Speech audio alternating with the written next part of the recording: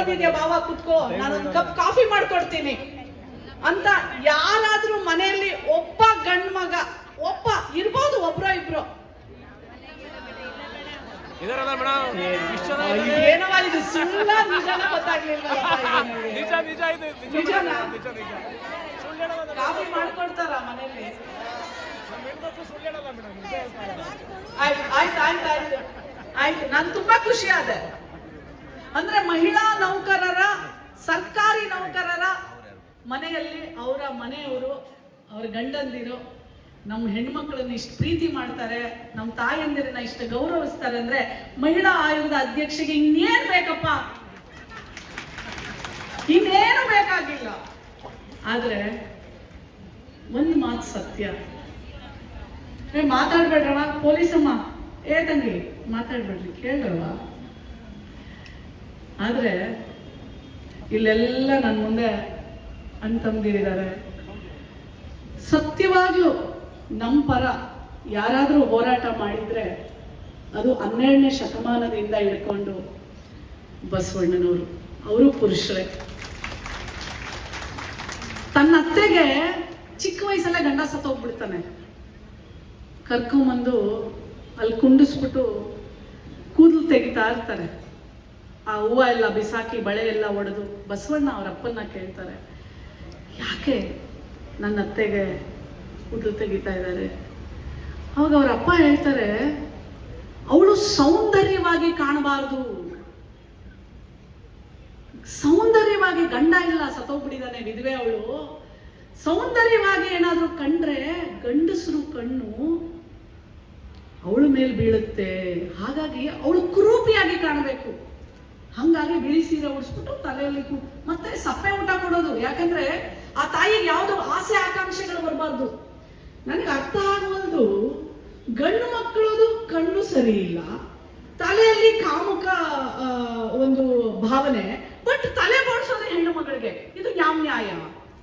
ಇದನ್ನು ಮೊದಲು ಪ್ರಶ್ನೆ ಮಾಡಿದ್ದು ಬಸವಣ್ಣ. ನಾವು ಅವರನ್ನ ನೆನೆಬೇಕು. ಯಾಕಂದ್ರೆ ಷಡಕ್ಷರಿ ಅವ್ರು ಮಾತಾಡ್ಬೇಕಾದ್ರೆ ನಂಗೆ ಅದೆಲ್ಲ ನೆನಪು ಬಂತು. ನೀವಿಲ್ದೆ ನಾವು ಇಲ್ಲ ತಮ್ಮ, ನೀವೆಲ್ಲರೂ ನಮ್ಮ ಜೊತೆ ಇದ್ರೇನೆ. ಏನಂದ್ರೆ ದುರಂತ ಏನ್ ಗೊತ್ತಾ ಸಪ್ತಮಿ, ಈ ಪ್ರಪಂಚದಲ್ಲಿ 50% ನಾವು ತಾಯಂದಿರಿದ್ದೀವಿ, ಇನ್ನು 50% ಎಲ್ಲ ನಾವು ಹುಟ್ಟಿಸಿದ ಮಕ್ಕಳೇ, ಗಂಡು ಮಕ್ಕಳು. ನಾವು ಹುಟ್ಟಿಸಿರೋ ಮಕ್ಕಳೇ ಎಲ್ರು ಅಲ್ವಾ? ಏನ್ರಿ ತಮ್ಮ? ಅದೇ ಎತ್ತಿರೋ ಮಕ್ಕಳು, ಹುಟ್ಟಿಸಿರೋ ಮಕ್ಕಳು ಎಲ್ಲ ಒಂದೇನೆ, ಎಲ್ಲ ಒಂದೇ. ಹಾ, ಅದು ಅಂದ್ರೆ ನಾನೇನ್ ಹೇಳ್ತೀನಿ ಅಂದ್ರೆ, ಅದೇ ಗಂಡಸರಲ್ಲ ಅಂದ್ರೆ ಒಬ್ಬ ಗಂಡಸು, ಅವನಿಂದನೇ ದೌರ್ಜನ್ಯ ನಮ್ಮ ಮೇಲೆ. ಇದು ಯಾವ ನ್ಯಾಯನವ? ಇವತ್ತು ಬೆಳಗ್ಗೆ ಒಂದು ತಾಯಿ ಬಂದಿದ್ಲು.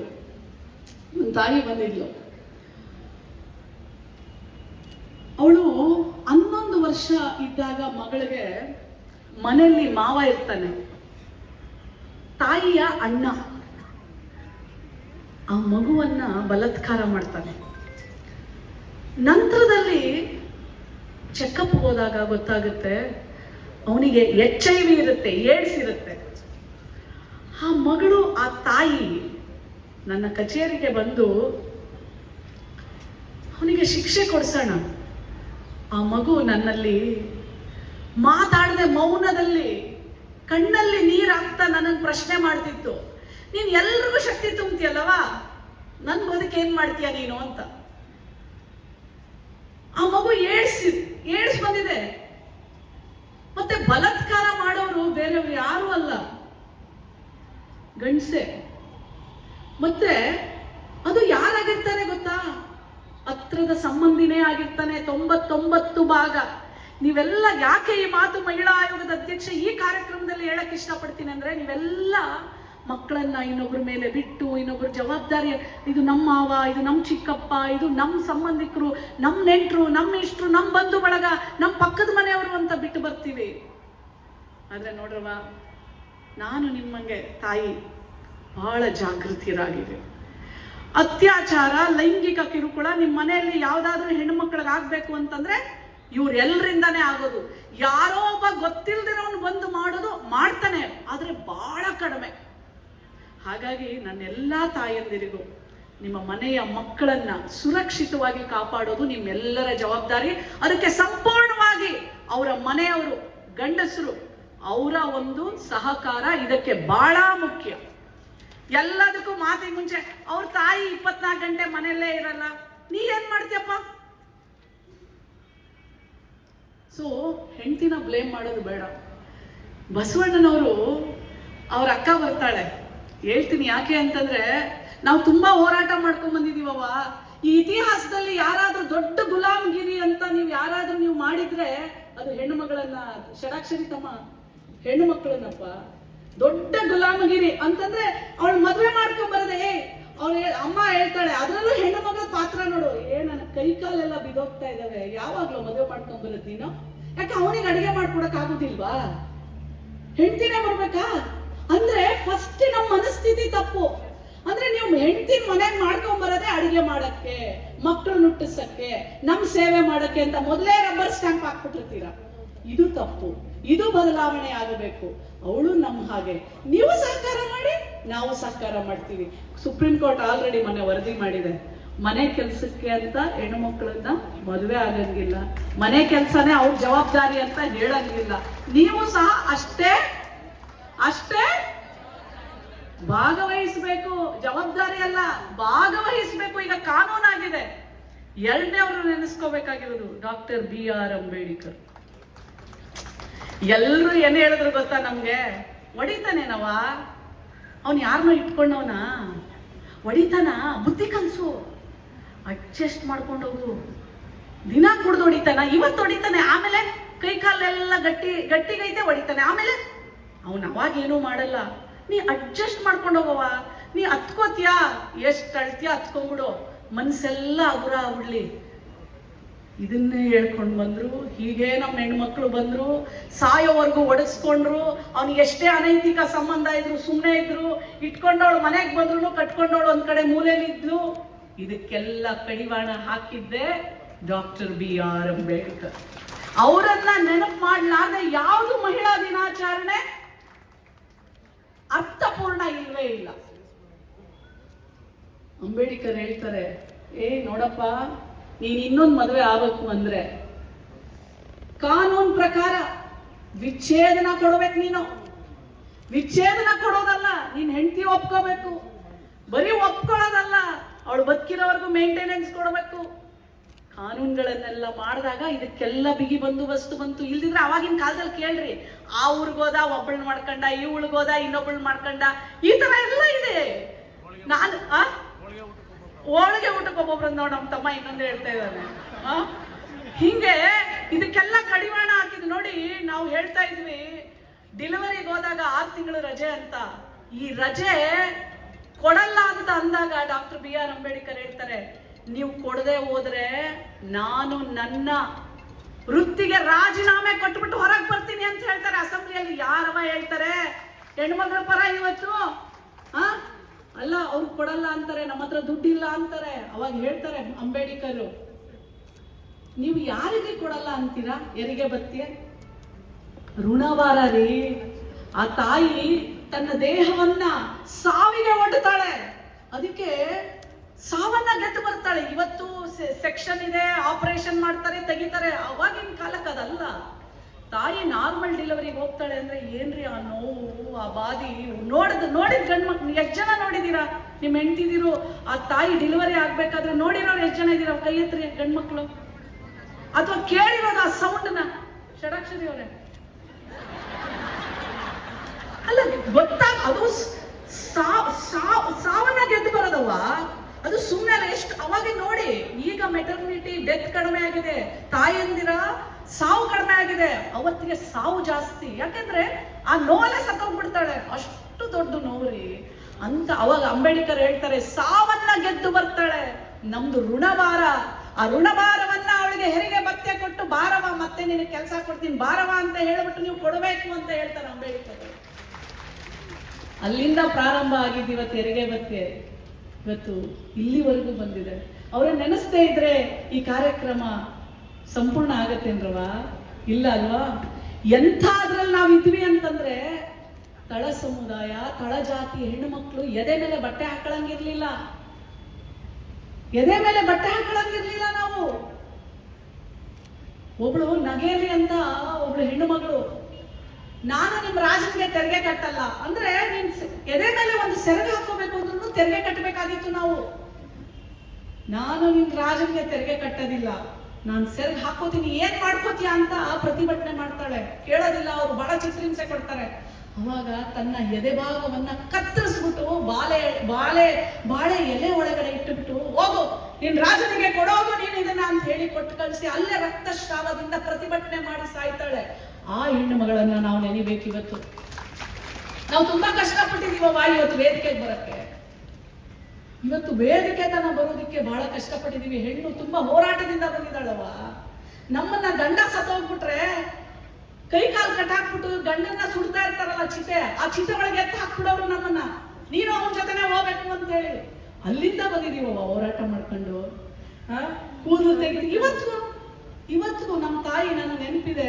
ನಮ್ಮ ತಂದೆ ಸತ್ತಾಗ ಆ ಗುಣಿ ಮೇಲೆ ಬಳೆ ಒಡಿಸಿ ಆ ಕುಂಕುಮ ಹಚ್ಬೇಕಾದ್ರೆ ನಾನು ಹೇಳ್ತೀನಿ, ಅಮ್ಮ ಅದೆಲ್ಲ ಬೇಡ ಅಂತ, ಮಾಡಬಾರ್ದು ಅಂತ. ಈಗಲೂ ಎಲ್ಲರ ಮನೇಲೂ ಆ ಪದ್ಧತಿ ಇದೆ. ವಿಧವೆಗಂತೂ ಇನ್ನೊಂದು ಮದುವೆ ಮಾಡಿದ್ರೆ ಮುಗ್ದೇ ಹೋಯ್ತು. ಗಂಡು ಮಕ್ಳಲ್ಲ, ಹೆಣ್ಣು ಮಕ್ಳೇ ಸಾಯಿಸ್ಬಿಡ್ತಾರೆ. ಇನ್ನೊಂದು ಮಾಡ್ಕೊಂಡ್ಬಂದ್ಬಿಟ್ರು, ಗಂಡ ಇಲ್ವಲ್ಲ ಇನ್ನೊಬ್ಳು ಇಟ್ಕೊಂಡ್ರು. ಫಸ್ಟು ನಾವು ಬದಲಾಗಬೇಕಲ್ಲ. ನಮ್ಮಲ್ಲಿ 2 ತರ ತೋಳ ಇರುತ್ತೆ. ಎಷ್ಟು ತರ? 2 ತರ. ಒಂದು ತೋಳ ಇನ್ನೊಬ್ಬರನ್ನ ಕಂಡ್ರೆ ಅಸೂಯೆ, ಹೊಟ್ಟೆ ಉರಿ, ಕೋಪ, ಅಹಂಕಾರ. ಇನ್ನೊಂದು ತೋಳಕ್ಕೆ ಪ್ರೀತಿ, ಸಹನೆ, ಕರುಣೆ, ಸಹಾನುಭೂತಿ, ಸಹಕಾರ, ಮಮತೆ, ಮಮಕಾರ ಎಲ್ಲವೂ ಇರುತ್ತೆ. ನಾವು ಯಾರಿಗೆ ದಿನ ಜಾಸ್ತಿ ಊಟ ಹಾಕ್ತೀವಿ ನೋಡಿ, ಆ ವ್ಯಕ್ತಿತ್ವಕ್ಕೆ ನಾವು ರೂಪಗೊಳ್ತೀವಿ. ನಮ್ಮ ತಾಯಂದ್ರಿಗೆ, ನಮ್ಮ ಹೆಣ್ಣು ಮಕ್ಕಳಿಗೆಲ್ಲ ಹೇಳ್ತೀನಿ ಕೇಳಿ.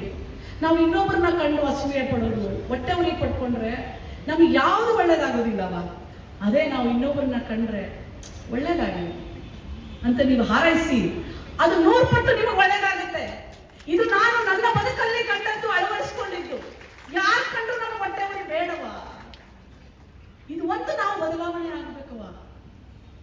ಒಂದು ವಿಧವೆ ಅಂದ್ರೆ ಅವಳಿಗೆ ಮರು ವಿವಾಹ ಮಾಡೋಣ. ಯಾಕಂದ್ರೆ ಗಂಡಸ್ಗೆ ಇನ್ನೊಂದು ವಿವಾಹ ಮಾಡೋ ಅವಶ್ಯಕತೆ ಇಲ್ಲ. ಅವನು ದುಡಿತಾನೆ, ಅವನು ಎಲ್ಲಿ ಬೇಕಾದ್ರೂ ಹೋಗ್ತಾನೆ. ಆದ್ರೆ ಹೆಣ್ಣು ಮಗಳು ಅಬಲೆ ಆಗಿರ್ತಾಳೆ. ಇವತ್ತು ಎಷ್ಟು ಜನ ಅಂತ ಮಕ್ಕಳನ್ನ ನಾನು ನೋಡ್ತೀನಿ ಗೊತ್ತಾ? ಮದುವೆ PUC ಆಗಿರುತ್ತೆ, ತಂದೆಗೇನು ಹೆಣ್ಣು ಮಕ್ಕಳನ್ನ ಮದುವೆ ಮಾಡ್ಬಿಡ್ಬೇಕು, ಮಾಡ್ಕೊಟ್ಟು ಬಿಡ್ತಾರೆ. ಅವನು ಸತ್ತೋಗ್ ನೋಡಿ. ನಾನು ಬೆಳಗಾವಿಯಿಂದ ಬರ್ಬೇಕಾದ್ರೆ ಒಂದು ತಾಯಿ ಬರ್ತಾಳೆ, ಮೇಡಮ್ ನನ್ನ ಗಂಡ ನನ್ನ ಮದುವೆ ಆಗಿ 2 ವರ್ಷಕ್ಕೆ ಸತ್ತೋದ ಮೇಡಮ್. ನಾನು 7ನೇ ಕ್ಲಾಸು, ನನಗೇನೋ ಬರಲ್ಲ, ನನಗೆ ಬರ್ತಾ ಇದ್ದಿದ್ದು ಬಂದೆ ಅಡಿಗೆ ಮಾಡಕ್ಕೆ. ನಾನೇನ್ ಮಾಡಿದೆ, ಹೊಟ್ಟೆ ತುಂಬಿಸ್ಕೋಬೇಕಲ್ಲ. ಆ ಅಪ್ಪನ ಮನೆಗೆ ಬಂದ್ರೆ ಅಣ್ಣ ಅತ್ತಿಗೆ ಸೇರ್ಸೋದಿಲ್ಲ, ಬಡತನ, ಎಲ್ಲಿ ಹೋಗ್ಬೇಕಾಕಿ ಮನೆಯಲ್ಲಿ ಮಾವ ಅತ್ತಂದ್ರೆ ತಳ್ಳು ಬಿಡ್ತಾರೆ. ಅವಳಿಗೆ ಬರ್ತಾ ಇದ್ದಿದ್ದು ರೊಟ್ಟಿ ಬಡಿಯೋದು ಒಂದೇ, ರೊಟ್ಟಿ ಬಡಿಯೋದು, ಚಟ್ನಿ ಪುಡಿ ಮಾಡೋದು, ಅಕ್ಸಿ ಹಿಂಡಿ ಮಾಡೋದು, ಅದೇ ಮಾಡ್ಕೊಂಡು ಮನೆಗೆ ಬ್ಯಾಗ್ ತಗೊಂಡೋಗಿ ಮಾರಾಟ ಮಾಡ್ತಿದ್ವಂತೆ. ಆ ಮನೆಯವರೇ ಸಾಲ ಕೊಟ್ರಂತೆ ಅವಳಿಗೆ ಇನ್ನೂ ದೊಡ್ಡದು ಮಾಡು ಅಂತ. ಇವತ್ತವಳು ಮುದ್ರಾ ಯೋಜನೆ ಹೇಳಿ, ಉದ್ಯೋಗಿನಿ ಹೇಳಿ ಲೋನ್ ತಗೊಂಡು ಇವತ್ತು 5,000 ಜನರಿಗೆ ಊಟ ಕೇಟರಿಂಗ್ ಮಾಡ್ತಾಳವ. ನಾನು ಏನ್ ಹೇಳ್ತೀನಿ ಅಂತಂದ್ರೆ, ನಮ್ಗೇನೋ ಆಗ್ಬಿಡ್ತು ಅಂದ್ರೆ ನಾವು ಹೆಣ್ಮಕ್ಳು ಹೆಂಗ್ ಗೊತ್ತಾ, ಡಿಪ್ರೆಷನ್ಗೆ ಹೋಗ್ಬಿಡ್ತೀವಿ. ಅಳೋದು ಅಳೋದು ಅಳೋದು, ಅಳ್ರಿ. ಬಟ್ ಅದೇ ಬದುಕಲ್ಲ. ಯಾವತ್ತು ತಿಳ್ಕೊಳ್ಳಿ, ಕಷ್ಟಗಳು ಬರೋದು ನಮ್ಮನ್ನ ಕುಗ್ಸಕ್ಕಲ್ಲ, ನಮ್ಮನ್ನ ಬೆಳೆಸಕ್ಕೆ. ನೀವು ಅದನ್ನ ನೆನ್ಪಿಟ್ಕೊಂಡ್ರೆ ಸಾಕು. ಮುಂದಿಟ್ಟ ನಾನು ಷಡಕ್ಷರಿ ಅಣ್ಣ, ನಾನೊಂದು ಮಾತು ಹೇಳ್ತೀನಿ. ನಾನು ಕಲಬುರಗಿ ಸೊಸೆ. ನಾನು ಮದುವೆ ಆದವರು ರಮೇಶ್ ಕುಮಾರ್ ಅಂತ. ನಾವಿಬ್ರು ಡಾಕ್ಟರ್ ಓದ್ಬೇಕಾದ್ರೆ ನಾವು ಒಬ್ಬರನ್ನ ಪ್ರೀತಿ ಮಾಡಿ ಆಮೇಲೆ ಮದುವೆ ಮಾಡ್ಕೊಂಡ್ವಿ. ಸೊ ನಾನು ಬೆಂಗಳೂರು ಮಗಳಾದ್ರು ಗುಲ್ಬರ್ಗಾದವ್ರು ಮದುವೆ ಆದೆ. ನಾನು ಅಲ್ಲ ನನ್ನ ಕಾಲೇಜಲ್ಲಿ ಕೆಲಸ ಮಾಡ್ತಾ ಇದ್ದೆ. ಒಂದ್ಸಲ ನನಗೇನೋ ಅವಮಾನ ಮಾಡ್ಬಿಡ್ತಾರೆ. ನಾನು ಬೆಸ್ಟ್ ಟೀಚರ್ ಅವಾರ್ಡ್ ಅಂತಾನು ಪ್ರತಿ ವರ್ಷ ತಗೊಂಡಿರ್ತೀನಿ ಅಂತ ನಮ್ಗೆ ಒಂಥರ ಸ್ವಾಭಿಮಾನ. ಅದಾದ್ಮೇಲೆ ನಾನು ರೆಸಿಗ್ನೇಷನ್ ಕೊಟ್ಬಿಟ್ಟು ಹೊರಟು ಬಂದ್ಬಿಡ್ತೀನಿ. ಅಲ್ಲಿ ನಮ್ಮ ಕ್ಲಿನಿಕ್ ಇದೆ, ನಮ್ಮ ಮನೆ ಇದೆ, ನಮ್ಮ ಅತ್ತೆ ಮಾವ ಬಂಧು ಬಳಗ ಸ್ನೇಹಿತರು ಎಲ್ಲರೂ. ಕೆಲಸವನ್ನ ಬಿಟ್ಟಾಗ ದುಃಖ, ಎಲ್ಲಿ ಹೋಗ್ಬೇಕು. ಬಟ್ ಹೆಜ್ಜೆ ಬೆಂಗಳೂರು ಕಡೆ ಬಂತು. ನಾನೇನಾದ್ರು ಅಲ್ಲಿಂದ ಬಂದಿರಲಿಲ್ಲ ಅಂದ್ರೆ ಅಲ್ಲೊಂದು ಸಂಸ್ಥೆಯಲ್ಲೇ ದುಡ್ಕೊಂಡಿರ್ತಿದ್ದೆ. ಆ ಮುಂದಿಟ್ಟ ಹೆಜ್ಜೆ ಈ ತರ ಒಂದು ಇತಿಹಾಸ ಸ್ಥಾಪನೆ ಮಾಡುತ್ತೆ ಅಂತ ನಾನು ಕನಸಲ್ಲೂ ಕಂಡಿರಲಿಲ್ಲ. ಅವಮಾನ, ಹಣ ಇಲ್ಲ, ಆದ್ರೂ ಛಲ ಇತ್ತು, ಕಷ್ಟಪಟ್ವಿ, ಶ್ರದ್ಧೆಯಿಂದ ಆಯೋಗದ ಅಧ್ಯಕ್ಷೆ ತನ ತಗೊಂಡ್ಬಂದ್ಬಿಟ್ರು. ಇವತ್ತು ನಾನು ಗುಲ್ಬರ್ಗದಲ್ಲೇ ಇದ್ದಿದ್ರೆ ಇಲ್ಲಿ ತನ ಬರೋಕ್ಕಾಗ್ತಿರ್ಲಿಲ್ಲ. ನಾನು ಯಾಕೆ ಮಾತು ಹೇಳ್ತೀನಿ ಅಂತಂದ್ರೆ, ಒಂದ್ ಸಮಯ ಬರುತ್ತೆ ಇನ್ನೇನು ಇಲ್ಲ ಮುಗಿದೋಯ್ತು ಅಂತ. ಆ ಸಮಯದಲ್ಲಿ ನಿಮ್ಮ ಮಾನಸಿಕ ಶಕ್ತಿ ಇದೆಯಲ್ಲ, ನಿಮ್ಮ ಒಳಗಡೆ ಇರೋ ಶಕ್ತಿ, ಅದೇ ಬಹಳ ಮುಖ್ಯ. ಅದು ನಿಮ್ಮಲ್ಲಿ ಗಟ್ಟಿಯಾಗಿರ್ಲಿ ಅಂತ ನಾನು ಹೇಳಕ್ ಇಷ್ಟಪಡ್ತೀನವ.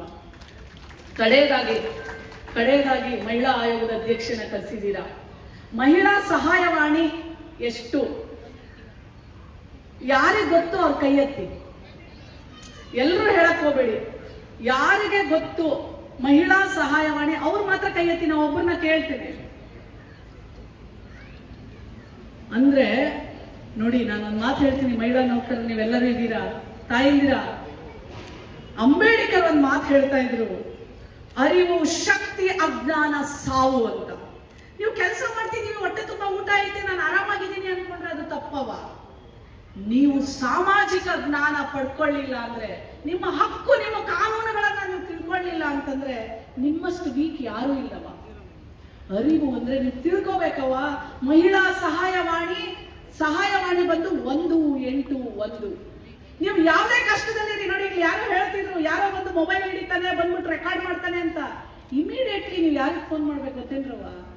181 ಕಳಿಸ್ತಾರೆ ಪೊಲೀಸ್. ಅವ್ರ ಮಾವನ್ನ ಕೊಡ್ತಾರೆ ನಿಮಗೆ ಫ್ರೀ ಆಗಿ ಲಾಯರು.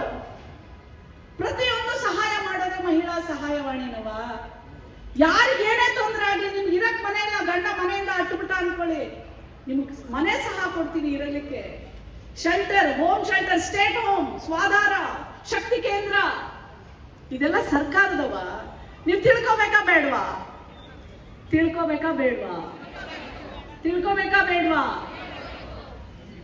ನಿಮ್ಗೆ ಏನಾದ್ರೂ ತುರ್ತು ಯಾರೋ ಒಬ್ರು ನಿಮಗೆ ಬಡಿತಾ ಇದಾರೆ, ಹೊಡಿತಾ ಇದಾರೆ, ಮನೇಲಿ ಏನೋ ಒಬ್ಬ ಕಾಟ ಕೊಡ್ತೀನಿ, ನಿಮ್ ಹಿಂದೆ ಫಾಲೋ ಮಾಡ್ತಾ ಇದ್ದಾನೆ, ಇಮ್ಮಿಡಿಯೇಟ್ಲಿ ನಿಮ್ಗೆ ಸಹಾಯ ಬೇಕು. ಯಾವ ನಂಬರ್ ಮಾಡ್ತೀರಾ? 1091. ಅಣ್ಣಂಗೂ ಗೊತ್ತಿಲ್ಲ, ತಮ್ಮ ಆಕ್ಚುಲಿ ನಂಗೆ 51 ವರ್ಷ. 11 ಪೊಲೀಸಮ್ಮ ನೋಡವ, ಇದು ಏನವ ಇದು? Karnataka emergency help line. ನಮ್ಮ ಕರ್ನಾಟಕ ಮಹಿಳಾ ನೌಕರರಿಗೆ ಗೊತ್ತಾಗಬೇಕಾಗಿತ್ತು, ಗಂಡು ಮಕ್ಳಿಗೂ ಗೊತ್ತಿರ್ಲಿ. ಯಾಕಂದ್ರೆ ನೀವು ಕರಿಬೋದು, ನಿಮ್ಗೂ ಯಾರಾದ್ರೂ ಹೊಡಿತಾ ಇದ್ರೆ, ನಿಮ್ಗೂ ಯಾರಾದ್ರೂ ಬಡಿತಾ ಇದ್ರೆ, ಇಲ್ಲ ನಗ್ಬೇಡ್ರವ. ನಾನು ಹೇಳಿಲ್ವ, ಅವರಿಂದ ನಾವು, ನಮ್ಮಿಂದ ಅವರು, ಅವರಿಲ್ಲದೆ ನಾವಿಲ್ಲ. ಬಸವಣ್ಣನ ಮರಿಬೇಡಿ, ಅಂಬೇಡ್ಕರ್ ಅವ್ರನ್ನ ಮರಿಬೇಡಿ, ಷಡಕ್ಷರವ್ರನ್ನ ಮರಿಬೇಡಿ. ನಮ್ ಜಿಲ್ ಕೂತಿರೋರೆಲ್ಲರೂ ಇವತ್ತು ಈ ಕಾರ್ಯಕ್ರಮಕ್ಕೆ ಎಷ್ಟೊಂದು ಸಹಕಾರ ಕೊಟ್ಟಿದಾರ ಅಲ್ವಾ? ಹಾಗಾಗಿ ಅವ್ರ ಸಹಕಾರ ಇದ್ರೇನವಾ ನಾವು ಹೋಗುದು. ಎಲ್ಲರೂ ಕೆಟ್ಟವ್ರಲ್ಲ, ಆದ್ರೆ ಕೆಟ್ಟವನು ಗಂಡಸೆ ಅನ್ನೋದೇ ನಮ್ ತೊಂದರೆ ಆಗಿರೋದು. ಅವ್ ಯಾರು ಬೇರೆ ಲಿಂಕ್ ಆಗ್ಬೇಕಾಗಿತ್ತು ಷಡಕ್ಷರವರೇ. ಯಾಕಂದ್ರೆ ಇಡೀ ಗಂಡಸ್ ಕುಲಕ್ಕೆ ಒಂದು ಕಳಂಕ ಅಲ್ವೇನವ? ಬೈದ್ರೆ ನಾವು ಇಡೀ ಗಂಡಸಿಗೆ ಬೈಯೋದು, ಇದು ಯಾವ ನ್ಯಾಯ ಹೇಳವ? ನಮ್ಮ ತಂದೆ, ನಮ್ಮೂರು ಮಾರೇನಹಳ್ಳಿ, ವಿದ್ಯೆನೇ ಇಲ್ಲ. 12 ವರ್ಷಕ್ಕೆ ಋತುಮತಿ ಆದ್ರೆ 2-3 ವರ್ಷ ಗಂಡು ನೋಡಿ ಮದುವೆ ಮಾಡ್ಬಿಡೋರು. ನಾನು ಪ್ರತಿ ವೇದಿಕೆಯಲ್ಲಿ ಮಾತು ಹೇಳ್ತೀನಿ. ನಮ್ಮಮ್ಮ ಅಂತಾರೆ, ಒಳ್ಳೆ ಸಾವುಕಾರನ ಮದುವೆ ಮಾಡ್ಕೊಟ್ಬಿಡೋಣ ಅಂತ. ನಮ್ಮಪ್ಪ ಅಂತಾರೆ, ಯಾವ ಸಾವುಕಾರನ ಮದುವೆ ಮಾಡ್ಕೊಟ್ರೇನು ಆಸ್ತಿ ನನ್ನ ಮಗಳಿಗೆ ಬರೀತಾನ ಅಂತ. ಅದಕ್ಕೆ ಮೇಡಮ್ ಕೇಳೋದ್ರು, ಶಾಲಿನಿ ರಜನೀಶ್ ಮೇಡಮ್, ಏನಪ್ಪ ಎಷ್ಟು ಜನ ನೀವು ಹೆಂಡತಿರ ಹೆಸರಲ್ಲಿ ಆಸ್ತಿ ಬರ್ದಿದ್ದೀರಾ ಹೇಳ್ರಿ. ಹೌದು, ಹೆಸರೆಲ್ಲ ಕರಿತೀರಾ, ಗಂಗಾ, ಜಮುನಾ, ಯಮುನಾ, ಗೋದಾವರಿ, ಆಮೇಲೆ ಚಾಮುಂಡೇಶ್ವರಿ, ಎಲ್ಲರೂ ಕರಿತೀರಾ. ಎಷ್ಟು ಜನ ಆಸ್ತಿ ಬರ್ಕೊಡ್ತೀರಾ ಅಂತಂದ್ರೆ ಯಾರು ಕೈ ಎತ್ತಲ್ಲ. ಯಾರೋ ಒಬ್ಬೊಬ್ರು ಮಾಡ್ತಾರೆ, ಇಲ್ಲ ಅಂತ ಹೇಳಲ್ಲ. ಯಾವಾಗ ಅವ್ರ ಮನೆಯವ್ರು ಯಾರು ಕೇಸ್ ಹಾಕ್ಬಾರ್ದು, ಏನೂ ಪ್ರಾಬ್ಲಮ್ ಆಗಬಾರ್ದು. ನಮ್ಮ ತಂದೆ ನಮ್ಮ ತಾಯಿಗೆ ಹೇಳ್ತಾರೆ ಆ ಟೈಮ್ಗೇನೇನೆ. ನಾನು 12 ವರ್ಷದ ಹೆಣ್ಮಗಳಿದ್ದಾಗಲೇ ಹೇಳ್ತಾರೆ, ನನ್ನ ಮಗಳನ್ನ ನಾನು ಓದಿಸ್ತೀನಿ, ಯಾರ ಹತ್ರನೂ ಅವಳು ಕೈ ಚಾಚಿ ದುಡ್ಡು ಬೇಡಬಾರ್ದು, ಅವಳು ಕೊಡುವಂತವಳಾಗಿ ಬೆಳಿಬೇಕು ಅಂತ ಹೇಳಿ ನನಗೆ ಶಿಕ್ಷಣ ಕೊಡ್ತಾರೆ. ಇಡೀ ಊರಿಂದ ಮೊದಲನೇ ವಿದ್ಯಾವಂತೆ ಆಗ್ತೀನಿ, ಮೊದಲನೇ ಡಾಕ್ಟರ್ ಆಗ್ತೀನಿ. ಅವರಿಲ್ಲ ನಾನು ನೋಡಕ್ಕೆ. ಆದ್ರೆ ನಿಮ್ಮಲ್ಲೆಲ್ಲರಲ್ಲೂ ನಮ್ಮ ತಂದೆಯನ್ನ ಕಾಣ್ತೀನಿ ನಾನು. ಯಾಕಂದ್ರೆ ನಿಮ್ಗೆಲ್ಲರ ಸಹಕಾರ ನಮಗೆ ಬೇಕು. ನನ್ನ ಮನೆಯವರು, ಮೇಡಮ್ ಹೇಳ್ಬಿಟ್ಟು ಹೋದ್ರು, ಮನೆಯವರು ತುಂಬಾ ಮ್ಯಾಟ್ರ್ ಆಗ್ತಾರೆ. ಲವ್ ಮ್ಯಾರೇಜ್ ಆದ್ರೂ, ಕಲಬುರಗಿ ಹುಡುಗನಾದ್ರೂ ಸಹಕಾರ ಮಾಡ್ತಾರವ. ಇಲ್ಲದೆ ಇದ್ರೆ ಇಲ್ಲಿ ತನ ಬರಕಾತೈತ? ಮಾನಸಿಕವಾಗಿ ಮುಂದೋಗ್ಬಿಡ್ತೀನವ ನಾವೆಲ್ಲರೂ. ಹಾಗಾಗಿ ನಿಮ್ಮೆಲ್ಲರೂ ಸಹಕಾರ ಇಲ್ಲಪ್ಪ. ನಿಮ್ಮೆಲ್ಲರೂ ಗಂಡು ಮಕ್ಕಳು ಸಹಕಾರ ನಮ್ಮ ಹೆಣ್ಣು ಮಕ್ಕಳಿಗೆ ಇರ್ಲಿ. ನಮ್ಮ ಹೆಣ್ಣು ಮಕ್ಕಳು ಹಕ್ಕುಗಳನ್ನ ಹೇಳ್ಕೊಟ್ಟಿದ್ದೀನಿ, ನೆನ್ಪಿಟ್ಕೊಳ್ರವ ಒಲಿ. ನಿಮಗೆ ಯಾವುದೇ ತೊಂದರೆ ಆದ್ರೆ 8 ರಿಂದ 10 ನಿಮಿಷಕ್ಕೆ ನಿಮ್ಮ ಹತ್ರ ಪೊಲೀಸ್ ಬರುತ್ತೆ. ಅದು ಯಾವ ನಂಬರು? 112. ಇದು ಕರ್ನಾಟಕ ಪೊಲೀಸ್ ಸಹಾಯವಾಣಿ. ನಮ್ಮ 8 ರಿಂದ 10 ನಿಮಿಷಕ್ಕೆ ನೀವು ಎಲ್ಲೇ ಇರಿ, ಯಾರೋ ಒಬ್ಬ ಬಂದು ಕಿರುಕುಳ ಮಾಡ್ತಾ ಇದ್ದಾನೆ ನಿಮ್ಮ ಆಫೀಸಲ್ಲಿ, ಅವ್ನು ಏನ್ ಹೇಳಿದ್ರು ಕೇಳ್ತಾ ಇಲ್ಲ, ನಿಮ್ಮ ಅಕ್ಕಪಕ್ಕದವ್ರು ಯಾರು ಸಹಕಾರ ಮಾಡ್ತಿಲ್ಲ, call 112. Within no time police will arrive. ನಿಮಗೆ ರಕ್ಷಣೆ ಕೊಡ್ತಾರವ. 112 ಪೊಲೀಸ್ ಹೆಲ್ಪ್ ಲೈನ್ ಇದು ಕರ್ನಾಟಕದ್ದು. 181 ಇಸ್ ಮಹಿಳಾ ಸಹಾಯವಾಣಿ. ಬಡಿಸ್ಕೋಬೇಡ್ರಿ. ಅದು ಕೊಟ್ಟಿಲ್ಲ ನಾವು. ಒಂದೇ ಒಂದು ನನಗೆ ಆಯೋಗದ ಅಧ್ಯಕ್ಷಕ್ಕೆ ಬಿಟ್ರೆ ಇಡೀ ದಿನ ಮಾತಾಡ್ತೀನಿ, ಯಾಕಂದ್ರೆ ಅಷ್ಟೊಂದು ಅನುಭವ ಆಗ್ಬಿಟ್ಟೈತೆ 2 ವರ್ಷದಿಂದ. ಇನ್ನೆರಡೇ ಜಿಲ್ಲೆ ಉಳಿದಿರೋದು, ಒಂದು ಉತ್ತರ ಕನ್ನಡ, ಒಂದು ಹುಬ್ಳಿ ಧಾರವಾಡ. ಮುಗಿಸ್ಬಿಟ್ರೆ 31 ಜಿಲ್ಲೆನೂ ಮುಗಿಸ್ಬಿಟ್ಟಿದ್ದೀನಿ ನಾನು. ನನಗೆ ಎಲ್ಲರೂ ಹೇಳೋರು ಚಪ್ಪಲಿ ಅರ್ಧೋತೈತೆ. ನಾನು 51 ವರ್ಷ ನಮ್ಗೆ ಯಾವ್ದು ಚಪ್ಪಲಿನೂ ಅರ್ದಿಲ್ಲ, ಶೂಸು ಅರ್ದಿಲ್ಲ. ಫಸ್ಟ್ ಟೈಮ್ 2 ಶೂಸ್ ಅರ್ದಿದ್ದು ನಾನು ಮಹಿಳಾ ಆಯೋಗದ ಅಧ್ಯಕ್ಷೆ ಆದ್ಮೇಲೆ. ಒಂದು ರಾಯಚೂರು ಐವಿಯಲ್ಲಿ ಬಿಟ್ಬಿಡು ಬಂದೆ, ಇನ್ನೊಂದು ನಮ್ಮ ದಾವಣಗೆರೆಯಲ್ಲಿ ಬಿಟ್ಬಿಡು ಬಂದೆ. ಅಲ್ಲೇ ಅರ್ಧೋಗ್ಬಿಟ್ವು. ಅವಾಗ್ಲೇ ಗೊತ್ತಾಗಿದ್ದು, ಹಿಂಗ್ ಓಡಾಡಿದ್ರೆ ಚಪ್ಪಲಿನೂ ಸರಿತವೆ, ಶೂಸು ಅರಿತವೆ ಅಂತ. ಅಲ್ಲೇ ನಾವು ಕಡೆಯದಾಗಿ ಯಾವುದೇ ಶೋಷಣೆ ಆದ್ರೆ ನಿಮ್ಮ ಮೇಲೆ ಧ್ವನಿ ಎತ್ತಿ ಪ್ರತಿಭಟಿಸಿ. ಇಲ್ಲ ಏನಾಗುತ್ತೆ ಗೊತ್ತಾ, ಇವತ್ತು ಮಾಡ್ತಾರೆ, ನಾಳೆ ಮಾಡ್ತಾರೆ, ನಾಡಿದ್ದು ಮಾಡ್ತಾರೆ, ಆಚೆ ಸಾಯೋವರೆಗೂ ಮಾಡ್ತಾರವ. ಕಡೆಗೆ ಒಂದಿನ ರೋಡಿಗೆ ಕರ್ಕೊಂಬಂದು ಕುಡುಗೋಲು ಇಟ್ಕೊಂಡು ಕತ್ತರಿಸ್ಬಿಡ್ತಾರೆ. ಮೊನ್ನೆ ಗುಲ್ಬರ್ಗದಲ್ಲಾಯ್ತು. ಗಂಡ ಹೆಂಡತಿ ಇಬ್ರು ಜಗಳ ಆಡ್ತಿರ್ತಾರೆ. ಷಡಕ್ಷರಿ ಅವರೇ, ನಿಮ್ಗೆ ಕೇಳ್ಬೇಕು ನೀವು. ಜಗಳ ದಿನ ಬರೋದು ಹೊಡೆಯೋದು, ಅಡ್ಜಸ್ಟ್ ಮಾಡ್ಕೊಂಡು ಹೋಗ್ತಿರ್ತಾಳೆ. ಒಂದ್ಸಲ ಏನಕ್ಕೋ ಜಗಳ ಆಗುತ್ತೆ, ಇವ್ನು ಕುಡಿದು ಬಂದಿರ್ತಾನೆ. ಸೀದಾ ಎಳ್ಕೊಂಡು ಕಾರಲ್ಲಿ ಹಾಕೊಂಡು ಕರ್ಕೊಂಬಂದು ರೋಡಲ್ಲಿ ಕುಡುಗೋಲು ಇಟ್ಕೊಂಡು ಕತ್ತು ಕುಯ್ತಾನವ. ಜಸ್ಟ್ 1 ತಿಂಗಳು ಆಗಿಲ್ಲವ. 15 ದಿವಸದ ಮಗುಗೆ, ಹೆಣ್ಣು ಮಗು ಹುಟ್ಟಿದಾಳೆ ಅಂತ ತಂದೆನೇ ವಿಷ ಹಾಕ್ತಾನೆ. ಅದೇ ಹೆಣ್ಣು ಮಗಳು ಮೊದಲಿಂದ ಹೊಡಿತಿದ್ನಲ್ಲ, ಅವತ್ತೇ ಅವನಿಗೆ ಬುದ್ಧಿ ಕಲಿಸಿದ್ರೆ ಅವಳು ಬದುಕಿರ್ತಿದ್ಲು. ಹಾಗಾಗಿ ನನ್ನೆಲ್ಲ ಹೆಣ್ಮಕ್ಳು, ಮಹಿಳೆಯರು, ತಾಯಂದಿರು ಸುರಕ್ಷಿತವಾಗಿರಬೇಕು, ಆರೋಗ್ಯವಾಗಿರಬೇಕು, ನಗುನಗ್ತಾ ಇರಬೇಕು. ಅದೇ ಮಹಿಳಾ ಆಯೋಗದ ಅಧ್ಯಕ್ಷೆಯ ಆಸೆ. ನನ್ನನ್ನು ಕರೆದಂತ ನನ್ನ ತಮ್ಮ ಷಡಾಕ್ಷರಿಯವರಿಗೆ ಏನವ ಅಂಗನವಾಡಿಯವರಿಗೆ ನಿವೃತ್ತಿ ವರ್ಷ ಆದರೂ NPS ಆಗಿಲ್ಲ, ಮಾಡಿಸ್ಕೊಡ್ತೀನಿ. ಅದನ್ನು ನೀವು ಲೆಟರ್ ಕೊಡಿ, ನಾನು ಇಮಿಡಿಯೇಟ್ಲಿ ಯಾರು ಕನ್ಸರ್ನ್ ಇದ್ದಾರೆ ಅವ್ರಿಗೆ ಹೇಳ್ಬಿಟ್ಟು ಮಾಡಿಸ್ಕೊಡ್ತೀನಿ. Thank you.